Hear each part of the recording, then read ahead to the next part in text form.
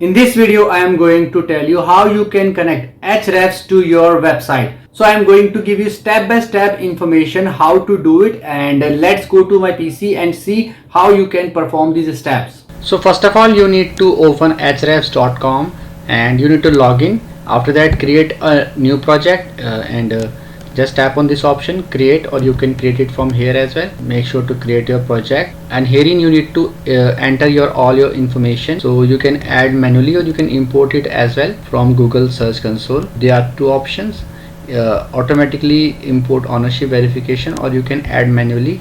So in this video I am going to tell you how to add it manually. So enter your domain. So let me enter, this is my domain. Let me enter my domain here. Project name you can enter, and you can select your folder if you want. So in your WordPress website, you first need to go to the plugin section and you need to install Ahrefs plugin. So go to plugins section and click on add a new plugin. Now you need to click on add plugin and you need to add Ahrefs plugin here. Search for the plugin Ahrefs SEO. Make sure to enter the correct spelling.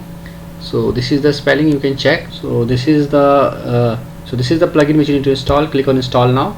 Now click on activate and activate this plugin in your WordPress website. So now this plugin is now activate, and now need to go to this plugin, go to this Ahrefs SEO plugin, and now you need to just connect it with your Ahrefs website. So you can see, enter the authorization code which you have got in Ahrefs. You can also click here, get authorization code.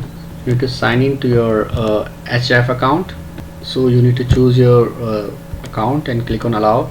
So this is the authorization code. Just need to click on copy, and herein you need to paste this and click on connect to Ahrefs. So herein you can see connection.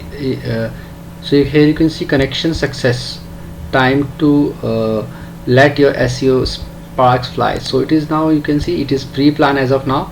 So you can click on continue, and you can now manage your website with Ahrefs SEO, and it is very useful.